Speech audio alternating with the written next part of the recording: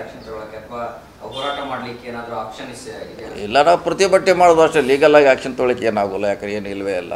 ನಾವು ಅದು ನ್ಯಾಯಾಲಯ ಹೇಳಬೇಕಾಗ್ತದೆ. ಭಾಳಷ್ಟ್ರಾಗ ಈಗ ನ್ಯಾಯಾಲಯದಲ್ಲಿ ಅವ್ರದ್ದು ಕೂಡ ಕ್ವಶನ್ ಆಗಿದೆ. ಭಾಳಷ್ಟು ಗವರ್ನರ್ ಬಗ್ಗೆ ನ್ಯಾಯಾಲಯಗಳು ಹೇಳಿದೆ, ನೀವು ತಪ್ಪು ಮಾಡಿದ್ರಂತ. ಇಂದಕ್ಕೆ ಭಾಳಷ್ಟು ಕಡೆಯಲ್ಲಿ ಕೋರ್ಟ್ ಮಾಡಿದೆ. ಹಂಗೇನಾದ್ರೆ ಅಲ್ಲಿ ಹೇಳ್ಬೇಕು ಹೊರತಾಗಿ ನಾವು ಹೇಳಲಿಕ್ಕೆ ನಮಗೇನು ಅಧಿಕಾರ ಇಲ್ಲ. ನಾವು ಭಾಳಾರ ಪ್ರತಿಭಟನೆ ಮಾಡ್ಬೋದು ಅಷ್ಟೇ. ನೀವು ವಾಪಸ್ ಹೋಗ್ಬೇಕು ಇಷ್ಟನ್ನು ಬಿಟ್ಟರೆ ನಮ್ಮ ಕಡೆ ಏನು ಅಧಿಕಾರ ಇಲ್ಲ. ಅದು ಅದಿದೆ, ಅದು ಚರ್ಚೆ ನಡೀತಾ ಇದೆ. ಭೇಟಿ ಆಗಬೇಕಂತ ಚರ್ಚೆಯಲ್ಲಿದ್ದಾರೆ.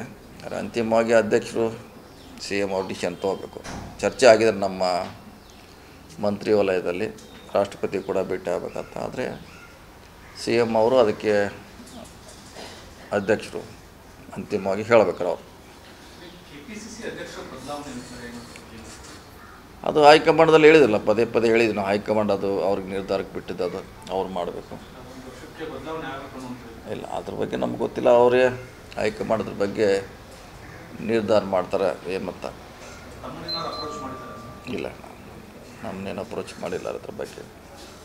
ಸರ್, ಈಗ ಬೇರೆ ಬೇರೆ ನಾಯಕರ ವಿರುದ್ಧ ಕೂಡ ಗಂಭೀರ ಆರೋಪಗಳಿದ್ದಾವೆ. ಯಾಕಂದರೆ BJP ಆಗಿರ್ಬೋದು, JDS ಆಗಿರ್ಬೋದು, ಮತ್ತು ಈಗ ಕುಮಾರಸ್ವಾಮಿ ಅವರ ವಿರುದ್ಧ ಕೂಡ ಈಗ ಅವರು ಪ್ರಾಸಿಕ್ಯೂಷನ್ ಇರುವಂಥದ್ದು ಮತ್ತು ಹೊಸದಾಗಿ SIT ಅವರು ಮತ್ತು ಕುಮಾರಸ್ವಾಮಿ ಅವರ ಪ್ರಕರಣ ಸಂಬಂಧಪಟ್ಟಂಗೆ ಮತ್ತೆ ಅನುಮತಿ ಕೇಳೋಕ್ಕೆ ಮಾಡ್ತಾರೆ.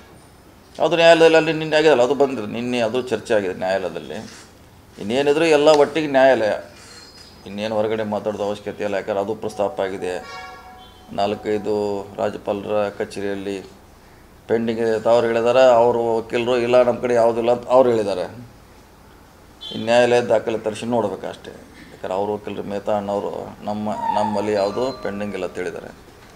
ನಮ್ಮವರು ಪೆಂಡಿಂಗ್ ಇದೆ ಅಂತ ಹೇಳಿದ್ದಾರೆ.